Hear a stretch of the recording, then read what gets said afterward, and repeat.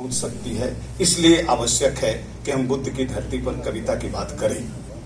और दूसरा वक्तव्य रेखांकित करने वाला था प्रोफेसर सदानंद शाही जी का, जिन्होंने कहा था कि आज आवश्यकता आ गई है कि हम कविता को, साहित्य को बुद्ध की करुणा के धारा में डुबो करके लोगों के सामने प्रस्तुत करें।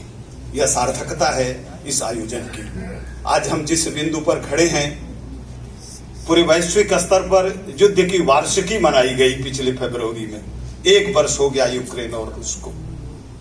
कभी महान वैज्ञानिक आइंस्टीन ने कहा था, किसी ने उससे पूछा कि तीसरा विश्व युद्ध कैसा होगा। आइंस्टीन ने कहा कि तीसरे के बारे में तो नहीं जानता हूं, चौथा पत्थरों से लड़ा जाएगा। जब हर देश के पास परमाणु है, यहां तक कि हमारे बिगड़ैल पड़ोसी के पास भी परमाणु है, तब विश्व को विनष्ट होने से कैसे बचाया जाए। और ऐसे समय में हमें पुनः चिंतन की जरूरत है। पुनर्प्रयोजनीय वस्तु है। मैं उनका संदर्भ आपके सामने प्रस्तुत कर रहा हूं। कविता इतनी प्रयोजनीय वस्तु है कि संसार की सभ्य और असभ्य सभी जातियों में पाई जाती है। चाहे इतिहास न हो, विज्ञान न हो, दर्शन न हो, पर कविता अवश्य होगी। इसका क्या कारण है? बात यह है कि संसार के अनेक कृत्रिम व्यापारों में फंसे रहने से मनुष्य की मनुष्यता जाती रहने का डर है। अतएव मनुष्य की मानसिक प्रवृत्ति को जागृत करने के लिए कविता रूपी औषधि बनाई गई है। आज मनुष्यता के जाने का बड़ा खतरा है। हम संवेदनहीन होते चले गए हैं। हम भौतिकवादी प्रवृत्ति के बढ़ते रहने से हमारी संवेदना, हमारी मनुष्यता चुकती चली जा रही है। हमारी शिक्षा पद्धति सूचनाओं का संग्रह मात्र रह गई है।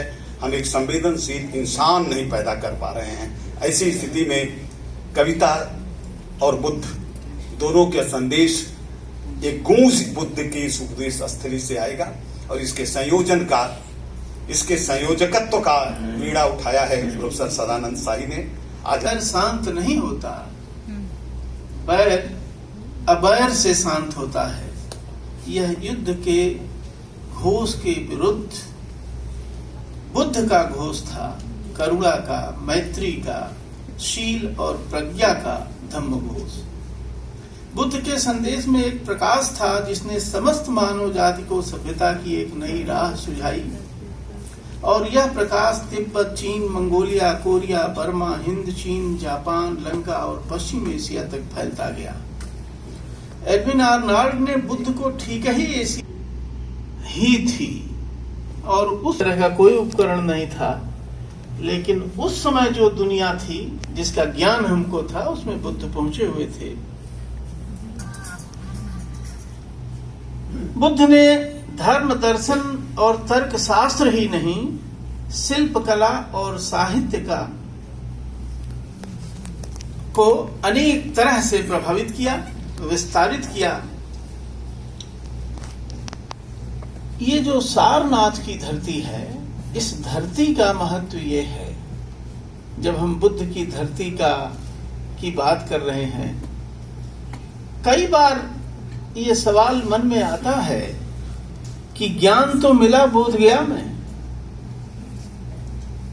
लेकिन ऐसी क्या बात थी कि पैदल रातों रात चल करके बुद्ध सारनाथ आए और सारनाथ से ही उपदेश दिया।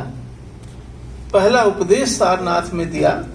हमारे मित्र अनिल कुमार सिंह बैठे हुए हैं, उनके कविता संग्रह का नाम ही पहला उपदेश है और निश्चित रूप से बुद्ध के उपदेश की स्मृति उस कविता में कहीं न कहीं होगी।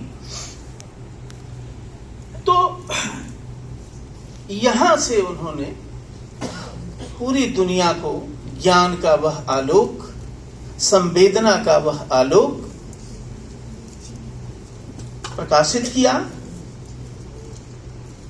प्राचीन भारत में एक महान सामाजिक क्रांति का सूत्रपात किया और उस सामाजिक क्रांति ने धर्म ही नहीं, साहित्य, कला और संस्कृति में एक नया जागरण पैदा किया था। आधुनिक भारत का जब निर्माण हो रहा था, उस समय भी हम देखें तो जो हमारा महान नवजागरण है,